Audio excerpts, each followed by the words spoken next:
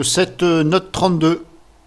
Donc je viens de le réinstaller pour voir un petit peu les changements. Alors je me suis tâté, je me suis dit est-ce que je le fais ou je le fais pas. Bon, je me suis dit je vais le faire quand même, mais bon, je vais le faire uniquement pour E7 32. Voilà. Donc l'antivirus bien sûr, hein, E7 32. Donc ce n'est pas E7 Internet Security. Voilà, cette version-là n'a pas de pare-feu. Donc bah, l'interface, qu'est-ce qu'on peut voir? Bah, en fin de compte, il n'y a pas de changement. Hein, voilà. Moi, j'en ai pas remarqué. Voilà. Donc l'interface est comme ceci. Voilà. Ce n'est pas un mauvais antivirus. Hein, il est classé parmi les meilleurs. Voilà. J'ai rencontré des petits bugs avec. Donc durant l'installation s'est très bien passé. C'était rapide. Mais par contre, E7 Note 32, c'est pas lancé au démarrage. Donc j'ai pas compris. Aucun message pour demander de redémarrer l'ordinateur. Bon, bah je me suis dit je vais quand même redémarrer. J'ai redémarré une fois, toujours pas de E7 Note 32. Voilà, dans la barre ici de lancement rapide. Voilà, au bout de 10 minutes. Enfin, 10 minutes, voilà, grosso modo. Hein, tout était chargé, tout était prêt. E7 Note 32 se lance pas. Bon, je redémarre une nouvelle fois, donc pour la deuxième fois. Toujours pareil. Note 32, il démarre pas. Alors je me suis dit, bon, bah voilà, je vais aller voir dans les mises à jour de Windows. Peut-être qu'il y a quelque chose qui va pas. Alors il y avait effectivement une mise à jour en attente. Bon, alors, voilà. Maintenant, à vous d'en conclure les résultats. Est-ce que c'est la mise à jour qui a fait que E7 n'a pas démarré? Donc qu'est-ce que j'ai fait? Je vais tout simplement réinstaller E7. Voilà. J'ai relancé l'exécutable et j'ai tout réinstallé. Voilà. Et apparemment maintenant ça fonctionne. Bon. Voilà. Alors c'est pas le premier bug que je vois chez E7. Voilà. Hein. Ce ne sont pas des, voilà, entre parenthèses des gros bugs, mais voilà. Normalement ça devrait pas arriver. Voilà. Donc bref. Donc l'interface est comme ceci. Vous avez ici les onglets principaux. Voilà, accueil, analyser, mise à jour, etc. Voilà, configuration par exemple. Si on va dans la configuration, on clique ici, configuration avancée. Donc là, les onglets principaux, ils sont ici à gauche. Antivirus, protection en temps réel. Voilà, ici. Analyser l'ordinateur à la demande. OK. Analyse en cas d'inactivité. OK. Donc, il n'est pas activé par défaut. Moi, je ne l'ai pas activé. Voilà, parce que j'ai pas envie que ça analyse l'ordinateur quand je ne fais rien. Voilà, ça ne m'intéresse pas. Analyse au démarrage, ici, voilà. Donc, moi, ici, j'ai modifié des choses. Voilà, j'ai tout simplement décoché certaines choses parce que je n'ai pas envie que quand l'ordinateur démarre, E7 lance un scan. Or, je ne vois nullement besoin de lancer un scan sur des choses comme ça, étant donné que ça va bouffer de la RAM. Voilà. Et d'autant plus que le PC va mettre plus longtemps à se mettre sur les pieds à 100% du fait que E7 il lance un scan. Voilà. Donc je vous invite éventuellement ici, analyse au démarrage, et j'ai bien précisé l'onglet analyse au démarrage. Vous laissez cocher uniquement ici, voilà, secteur d'amorçage et mémoire vive, voilà, parce que ces deux choses-là, ça va très vite, voilà. C'est pas ça qui va, voilà. Après, vous pouvez l'enlever, hein, mais bon, on va laisser quand même une petite sécurité. Ici, j'ai enlevé, j'ai décoché, voilà. Alors, tout n'était pas coché, hein, j'en ai décoché quelques-uns. Alors, je vais faire comme ça. Ça, on va mieux voir. Voilà.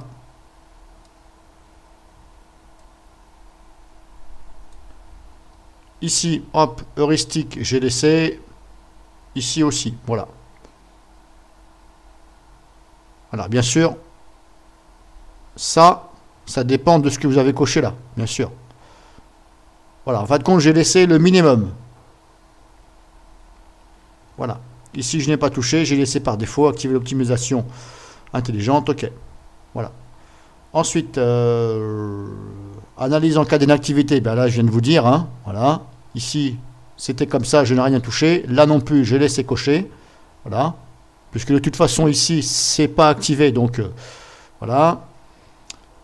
Ensuite périphérique amovible. Ici je vous invite à laisser comme c'est, voilà, parce que c'est très bien réglé par défaut. C'est à dire qu'à chaque fois que vous allez brancher un disque dur ou une clé USB, ça va vous demander quoi faire. Voilà, ici, afficher les options d'analyse. Donc là, vous allez avoir une infobulle qui va vous demander est-ce que vous voulez analyser ou pas. Voilà. Alors c'est mieux. Après, si vous voulez vraiment changer, ben, c'est ici. Voilà. Mais bon, je vous déconseille quand même de mettre ne pas analyser. Parce qu'on ne sait jamais. Si vous prenez une clé USB à quelqu'un, et puis bah, on ne sait jamais, vous mettez la clé USB, s'il y a quelque chose dedans, un autorun ou quoi que ce soit, eh bien, dommage pour vous. Voilà. Bon, alors je ne vais pas non plus dire que ça arrive tout le temps. Ça arrive rarement, mais ça peut arriver. Donc là, laissez comme ça. Protection document, bah, j'ai laissé comme ça. Voilà. Enfin, voilà. Grosso modo, voilà. J'ai pas fait trop de réglages. HIPS, j'ai laissé comme ça. Voilà. C'était comme ça au démarrage. Donc j'ai laissé.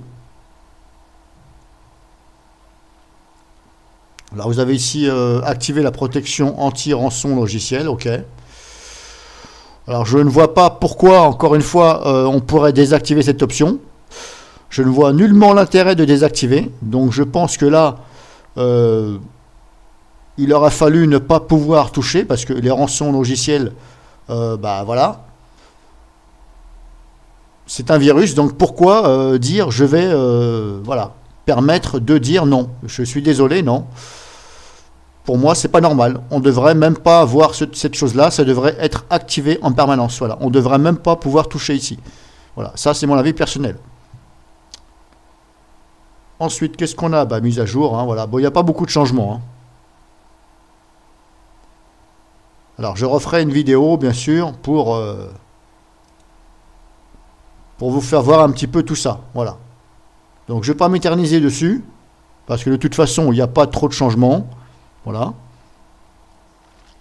Interface utilisateur, pardon. Afficher l'écran de démarrage. Ça, vous l'enlevez parce qu'il était coché. Voilà. Donc, il faut l'enlever comme ça. Ça ne va pas afficher l'écran au démarrage. Vous n'allez pas voir le truc E7, machin. Bon, bref, ça, on s'en fout. Hein. Émettre un signal sonore. Laissez-le. Voilà. Après, sur les petits processeurs, vraiment sur les PC qui ne sont pas très puissants, bah, le fait de laisser activer ça, ça veut dire que bah, vous demandez au système Windows d'aller lire le fichier en tâche de fond. Donc ça peut ralentir un peu. Voilà, ça peut ralentir un peu quand ça va trouver un virus. Voilà, du fait que bah, E7, il faut qu'il aille lire le fichier sonore. Voilà, mais bon, laissez-le quand même activer. Voilà, c'est pas mal, comme ça au moins ça fait un bip quand il y a quelque chose. Après, si vous voulez vraiment le désactiver, vous pouvez. Hein, voilà. De toute façon, vous aurez quand même l'infobulle. Hein. Ça désactive simplement le signal sonore, pas l'infobulle. Voilà. Donc, pour ma part, je vais le laisser. Je vais laisser comme ça. Enfin voilà, il n'y a pas grand-chose. Si vous êtes perdu, vous ne savez plus comment tout remettre, ben vous cliquez ici par défaut. Ici. Alors bien sûr, il faut aller dans chaque onglet. Chaque onglet, il faut cliquer par défaut. Quand vous cliquez par défaut, ça ne va pas tout remettre tout en général. Ça va remettre chaque onglet. À chaque fois, il faut aller dans les onglets et dire par défaut. Voilà. C'est dommage et c'est pas dommage. Voilà. Alors pourquoi c'est dommage? Parce que il aurait mieux valu mettre ici tout par défaut. Voilà, quelque chose tout par défaut et ici par défaut pour chaque onglet. Voilà. Parce que là, quand on clique par défaut, eh bien, on se dit, ben, ça va tout remettre par défaut, tout. Eh bien non, ça ne remet pas tout par défaut, parce que moi je l'ai déjà fait, et ça m'a permis ce que j'avais fait. Voilà. Donc une fois que vous avez bien sûr configuré et touché ici, vous n'oubliez pas de cliquer ici sur OK, pour que ça s'applique. Donc là, je vous fais voir sur un Windows 10. Donc si vous avez des questions, n'hésitez pas. Sinon, que vous dire de plus? Accueil. Alors la version.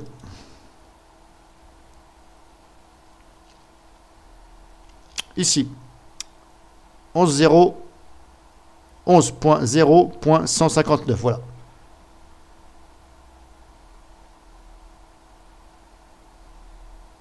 Alors, je ne sais plus quelle version j'avais mis sur mon compte. Mais bon, bref, c'est pas grave. C'était juste pour vous faire voir que, voilà, les changements, il n'y en a pas beaucoup. Voilà. Enfin, à vrai dire, j'en ai pas vu. Mais bon, ça reste quand même un bon produit. Voilà. Je le classe parmi mes préférés, on va dire. Voilà. Mais voilà. Je ne mets pas en première position. Alors pourquoi? Parce que des petits bugs que j'ai vus qui ne m'ont pas très plu. Donc je me dis, voilà, je ne vais pas le mettre non plus. Mais je le classe parmi les meilleurs à cause de son pare-feu, qui est excellent. Voilà, que j'ai testé plusieurs fois et je ne suis pas déçu par son pare-feu. Voilà. Il a des modes. Vous pouvez donc jouer sur les modes. Et quand quand vous avez réglé votre mode, je n'ai pas vu de bug dessus. Voilà. Quand vous le configurez, alors je ne parle pas de E7 Note 32 parce qu'il n'a pas de pare-feu. Je parle de E7 Internet Security. Voilà. Mais c'est pareil, sauf qu'il y en a un qui a un pare-feu, etc. Voilà. C'est pour ça que je vous dis que je le classe parmi les meilleurs. Voilà.